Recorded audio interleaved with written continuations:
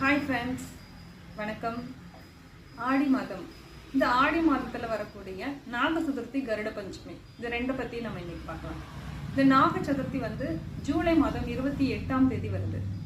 அது நாக சதுர்த்தியும் வருது, ஆடி பூரமும் வருது. அதற்கு அடுத்த நாள் 29ஆம் தேதி கருட பஞ்சமி.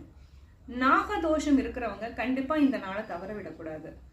இப்போ நாக பயம் இருக்குது, நாக தோஷம் இருக்குது, நம்ம எப்பொழுதுமே கண்ணில் நாகத்தை பார்த்துட்டே இருக்கோம். அப்படிப்பட்டவங்கலாம் இந்த நாக சதுர்த்தி நாளை தவற விடக்கூடாது. இந்த நாக சதுர்த்தி நாள் அன்னைக்கு என்ன பண்ணணும் அப்படின்னா, காலையிலேயே எழுந்து குளிச்சுட்டு பக்கத்தில் இருக்கக்கூடிய நாகர்கோவிலுக்கு, அதாவது அம்மன் கோவிலில் கண்டிப்பாக புற்று இருக்கும், அப்படி இருக்கிற கோவிலுக்கு சென்று நம்ம மஞ்சள் குங்குமம் எடுத்துகிட்டு போகணும். காய்ச்சாத பசும்பால் தண்ணீர் எடுத்துகிட்டு போகணும்.